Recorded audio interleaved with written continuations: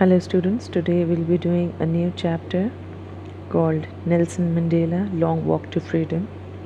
This chapter is an extract from the Autobiography of Nelson Mandela, the first black president of South Africa.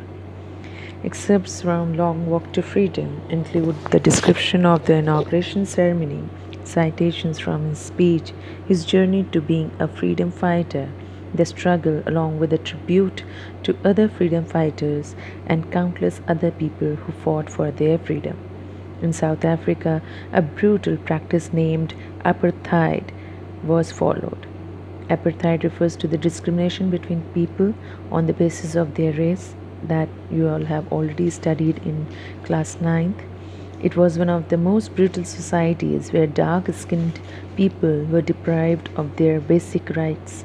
This lesson gives us an overview as to how Nelson Mandela, along with others, carved their way to a society where there will be no discrimination on the basis of their color, caste, race, age, or gender. So here I go with the paragraph reading along with the explanation of it. 10th May dawned bright and clear.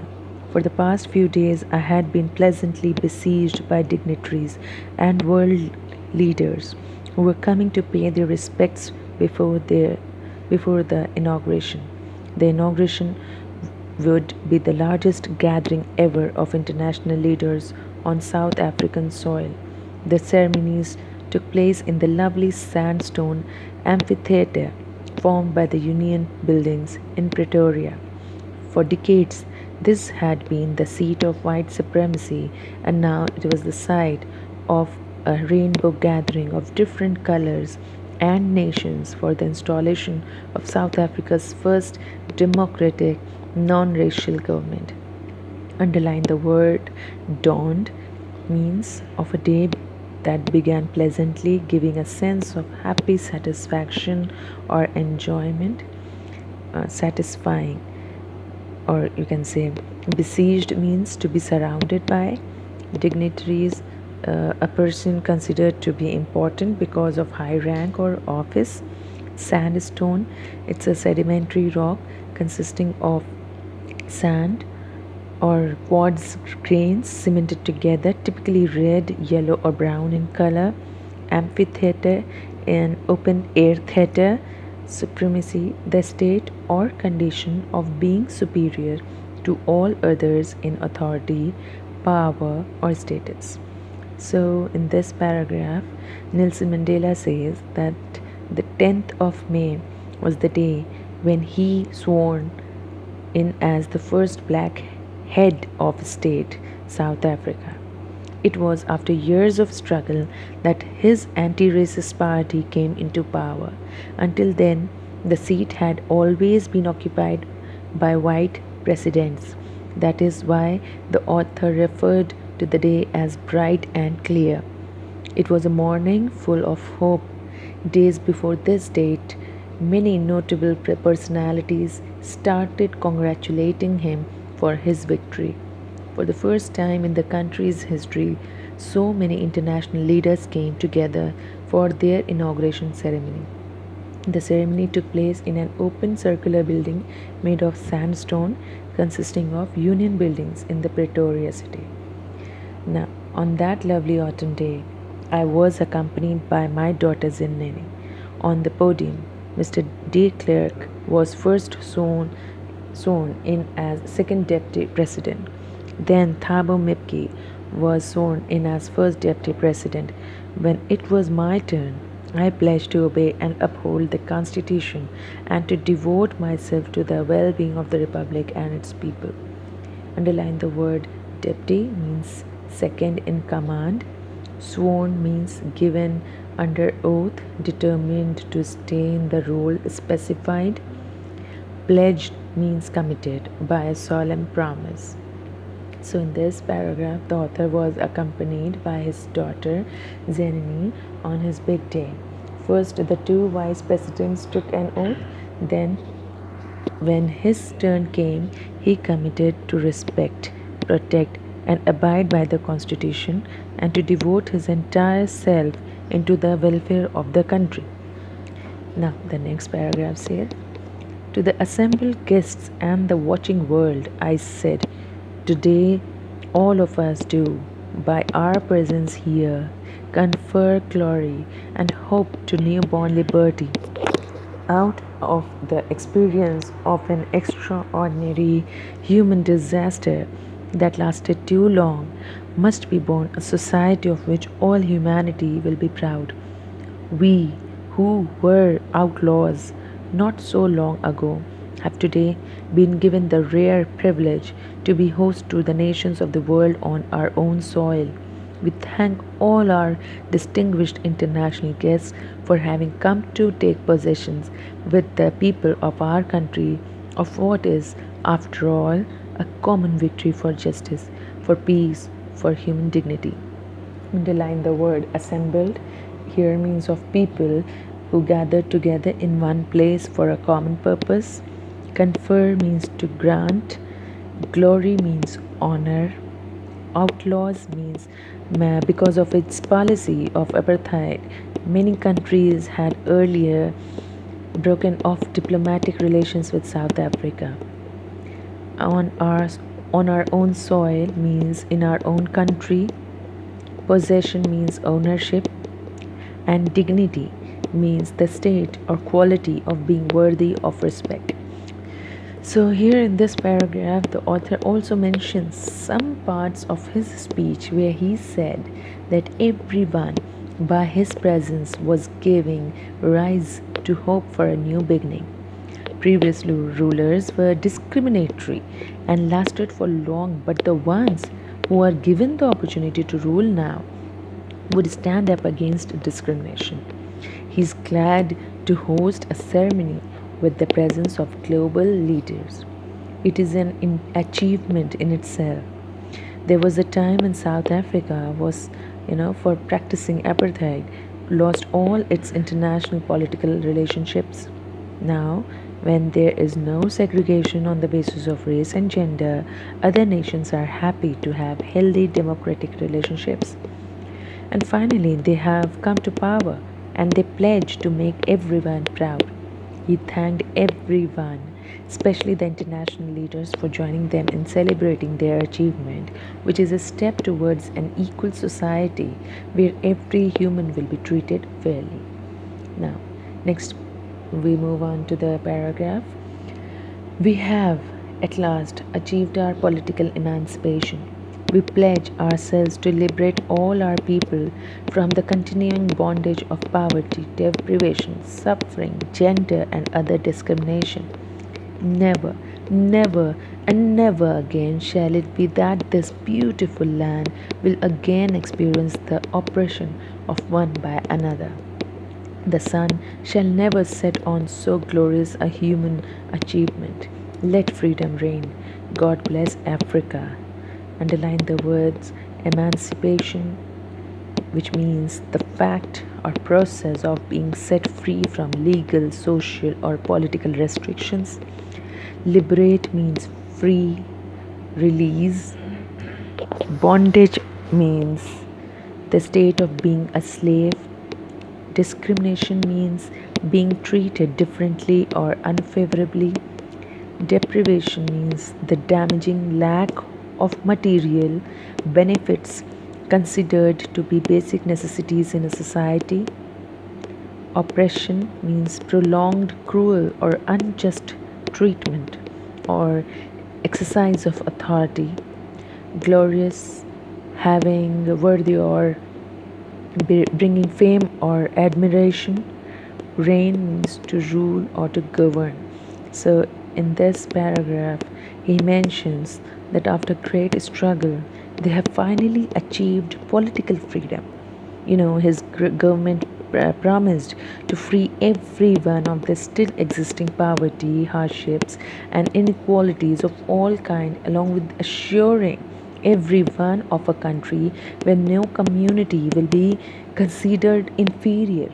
He then exclaims that freedom should rule and may God shower his blessings on their land. A few moments later, We all lifted our eyes in awe as a spectacular array of South African jets, helicopters, and troop carriers roared in perfect formation over the Union buildings. It was not only a display of pinpoint precision and military force, but a demonstration of the military's loyalty to democracy, to a new government that had been freely and fairly elected. Only moments before, the highest generals of the South African Defence Force and police, their chests bedecked with ribbons and medals from days gone by, saluted me and pledged their loyalty. I was not unmindful of the fact that not so many years before they would not have saluted but arrested me. Finally, a chevron of Impala jets left a smoke trail of the black, red, green, blue, and gold of the new South African flag. Underline the word awe, that means amazed. Spectacular means beautiful in a dramatic and an eye catching way. Array means an impressive display. Troop means soldiers or armed forces. Precision means accuracy. Bedecked means decorate. Unmindful means not conscious or aware. Chevron means a pattern in the shape of a V, and trail means series or a chain. So, in this paragraph, Nelson Mandela says that just after the newly elected president's address to the audience, an impressive arrangement of fighter jets, helicopter, and soldier transporters raised everyone's heads up in the sky, and it symbolized perfection as well as military's respect and obedience towards the free country. The high commanders who have won medals for their bravery also saluted and promised their loyalty. Mandela here mentions that he was well aware that these commanders who were now saluting him would have arrested him under the previous rule, as during the oppressive white supremacy he was considered to be a criminal. The air show finally ended by making of the South African flag in the sky from smoke beneath the jets. Now further, the day was symbolized for me by the playing of our two national anthems and the vision of whites singing Ngozi Sikelel' Afrika and blacks singing Das Stem, the old anthem of the Republic. Although that day neither group knew the lyrics of the anthem they once despised, they would soon know the words by heart. Here, underline the word symbolized means be a symbol of, lyrics the words of a song, and despised means hated or be carrying a very low opinion of something. So here author remembers the day of the playing of two national anthems of the country, one of the whites and the other that of the blacks. On that day, no one knew the wordings of the anthem of the blacks, but Nelson Mandela was confident that everyone would soon learn this anthem that they once hated. Further, he says, on the day of the inauguration, I was overwhelmed with the sense of history. In the first decade of the 20th century, a few years after the bitter Anglo-Boer War, and before my own birth, the white-skinned peoples of South Africa patched up their differences and erected a system of racial domination against the dark-skinned peoples of their own. The structure they created formed the basis of one of the harshest, most inhumane societies the world has ever known. Now, in the last decade of the 20th century and my own 8th decade as a man, that system had been overturned forever and replaced by one that recognized the rights and freedoms of all peoples, regardless of the color of their skin. Underline the word overwhelmed, that means to have a strong emotional effect. Erected means to construct or to build. Racial domination, when people of one race have power over another race, that means racial domination. Inhumane means brutal or cruel. Overturn means to reverse. So in this paragraph, on the day of the inaugural ceremony, the author was remembering the days of past when this whole system of apartheid emerged. It resulted in inequality and inferior treatment of dark skinned people. They were deprived of their basic fundamental rights. As a result, one of the world's most brutal and inhumane society was born. This began even before he was born. The system created an atmosphere of extreme cruelty and injustice for a particular part of the community. So now, when he is in his eighth decade as a man, he, along with with countless others, and have changed this entire system that treats humans as humans, irrespective of their color, caste, gender, or age. Next, he says that day had come about through the unimaginable sacrifices of thousands of my people whose sufferings and courage can never be counted or repaid. I felt that day, as I have on so many other days, that I was simply the sum of all those African patriots who had gone before me. That long and noble line ended and now began again with me. I was pained that I was not able to thank them and that they were not able to see what their sacrifices had wrought. So here underline the word unimaginable means too difficult or impossible to imagine. Patriots means a person who vigorously supports their country and is prepared to defend it against enemies. So in this paragraph, Nelson Mandela says this equal and free country was a result of sacrifices of countless other men and women who have fought all their lives for this day. The author wishes if he could thank them all, but unfortunately, they didn't live to see the result of their courage. Mandela gathered his courage and power from all these people and thus wishes to make them proud. Further, he says the policy of apartheid created a deep and lasting wound in my country and my people. All of us will spend many years, if not generations, recovering from that profound hurt. But the decades of oppression and brutality had another unintended effect, and that was that it produced the Oliver Tambors, the Walter Cecil's, the Chief Lithilis, the Yusuf Dadus, the Bram Fishers, the Robert Sobukus of our time, men of such extraordinary courage, wisdom, and generosity that their like may never be known again. Perhaps it requires such depths of operation to create such heights of character. My country is rich in the minerals and gems that lie beneath its soil, but I have always known that its greatest wealth is its people, finer and truer than the purest diamonds. Apartheid underlined a policy or system of segregation on grounds of race that I suppose you all have already studied in class 9th. Profound means very great or intense. Unintended means not planned or meant. So here he says the oppression policy scarred many people. It will take a long time for them to move on. The author mentions that this hard time had its negative impacts, but it also exposed a lot of strong and courageous men who stood up and raised their voice. Thus, it required that level of unjust treatment to produce such great heroes. South Africa, he says, is rich in minerals and gems, but its greatest strength lies in its people. Then he says, it is from these comrades in the struggle that I learned the meaning of courage. Time and again, I have seen men and women risk and give their lives for an idea. I have seen men stand up to attacks and torture without breaking, showing a strength and resilience that defies the imagination.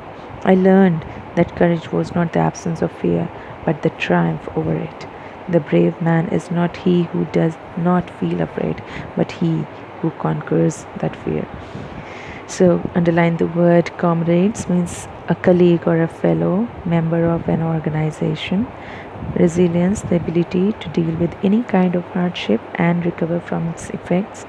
Defies means to refuse to obey, and triumph means victory or achievement.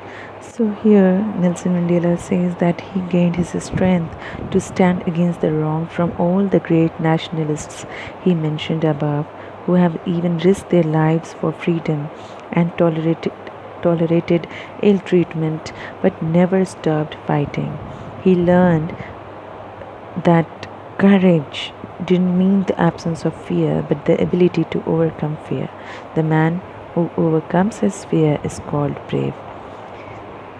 Then he says, no one is born hating another person because of the color of his skin or his background or his religion. People must learn to hate, and if they can learn to hate, they can be taught to love, for love comes more naturally to the human heart than its opposite.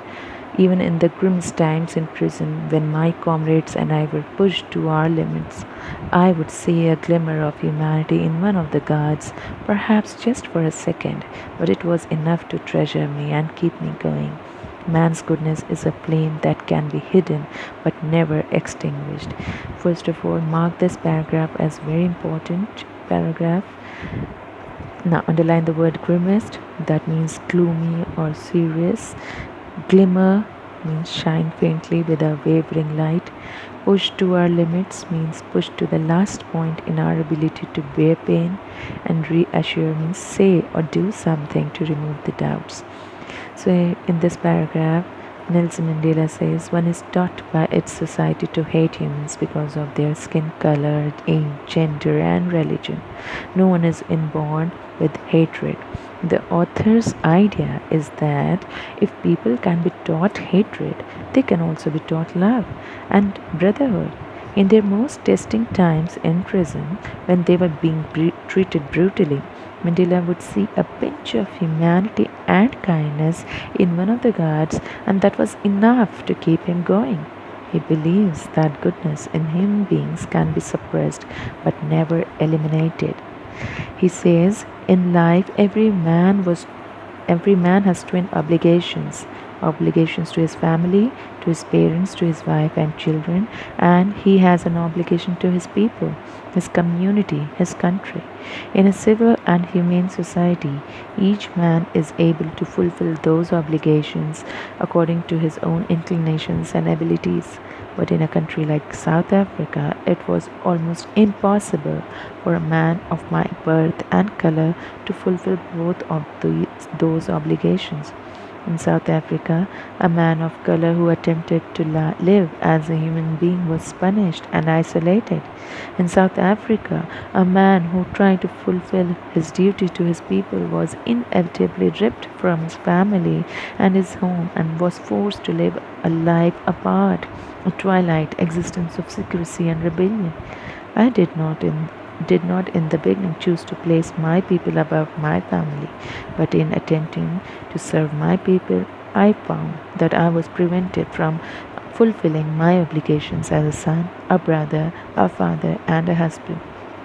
Again, mark this paragraph as an important paragraph. Here, underline the word obligations means a duty or a commitment. Civil means courteous and polite. Inclination means natural tendencies of behavior. Inevitably means unavoidably. Twilight, half light, it's like semi darkness. Secrecy means the action of keeping something secret. And rebellion means the action or process of resisting authority, convention, or control. So, according to the author, every human being has its responsibility towards the family and as well as the society. Generally, under normal circumstances, a person can maintain the balance between the two, but in countries like South Africa, it was never so easy. When a person of a color like a black color would come up for his society, he would be arrested and taken away from his family, thus keeping them from fulfilling both responsibilities. In the beginning, Mandela did not put his people over his family, but it was only later when he realized that in order to be there for his people, he was compromising his duties towards his own family.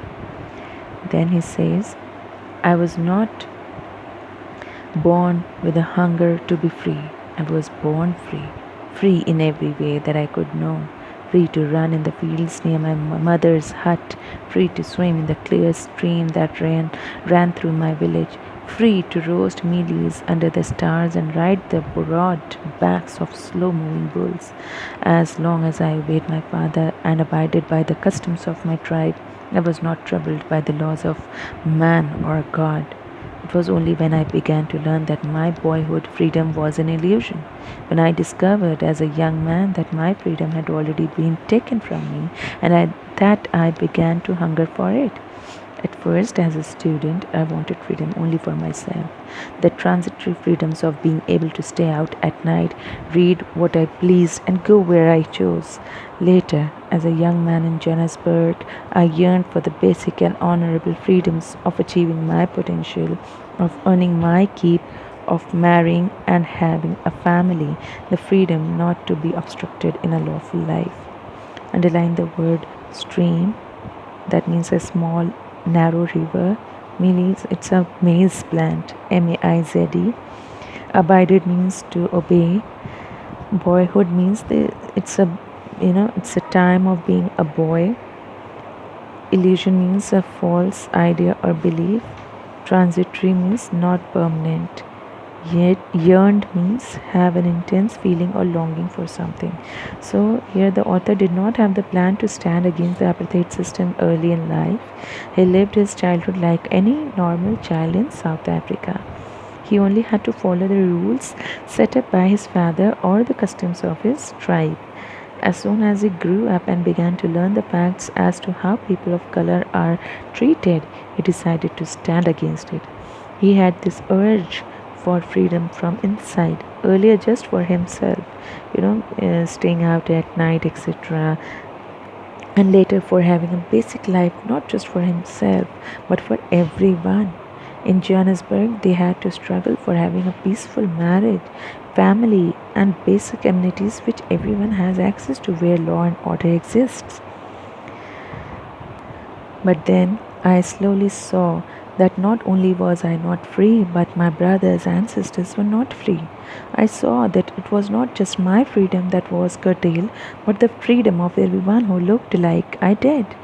That is when I joined the African National Congress, and that is when the hunger of my own freedom became the greater hunger for the freedom of my people. It was this desire for the freedom of my people to live their lives with dignity and self-respect that animated my life, that transformed a frightened young man into a bold one, that drove a law-abiding attorney to become a criminal, that turned a family-loving husband into a man without a home, that forced a life-loving man to live like a monk. I am no more virtuous or self-sacrificing than the next man, but I found that I could not even enjoy the poor and limited freedoms I was allowed when I knew my people were not free. Freedom is indivisible. The chains on any one of my people were the chains on all of them. The chains on all of my people were the chains on me. This paragraph is very important. Please mark it down. Curtailed, underline the word curtailed, means to reduce or impose a restriction on. Dignity means the state or quality of being worthy of honor or respect. Frightened means afraid or anxious in this paragraph. Monk, it's a member of a religious community of men typically living under vows of poverty, chastity, and obedience. Virtuous means having or showing high moral standards. Indivisible means unable to divide or separated. Nelson Mandela joined the African National Congress when he realized it is not only him whose basic rights were snatched away, but of all those who looked like him. He had this fire inside him to free his people from the injustice. It was this fire that changed the author completely as a man, from being scared to brave, a lawyer to the one breaking the law, a family man to a man without a home, and a lively man into being a monk. It was the knowledge that he and his people have restricted freedom that made him into a selfless man as opposed to before. According to him, Freedom cannot be divided. Snatching it away from someone was equivalent to taking it away from everyone. That meant taking it away from the author also. So he says further, I knew that the oppressor must be liberated just as surely as the oppressed. A man who takes away another man's freedom is a prisoner of hatred. He is locked behind the bars of prejudice and narrow mindedness. I'm not truly free if I'm taking away someone else's freedom, just as surely as I'm not free when my freedom is taken from me. The oppressed and the oppressor alike are robbed of their humanity. Underline the word prejudice here, which means a strong dislike without any good reason. So here Nelson Mandela mentions that the need to free the oppressor is as high as that of the oppressed because the oppressor is bounded by the shackles of hatred. He has the weight of all the people who he has tormented, for he carries the curses of all of their families. For taking away someone else's freedom and making them a prisoner, he becomes a prisoner of biasness. Thus, he is robbed of his humanity and need to be free. So, with this, we have come to the end of our chapter, and I hope that you have understood the chapter very well. Thank you.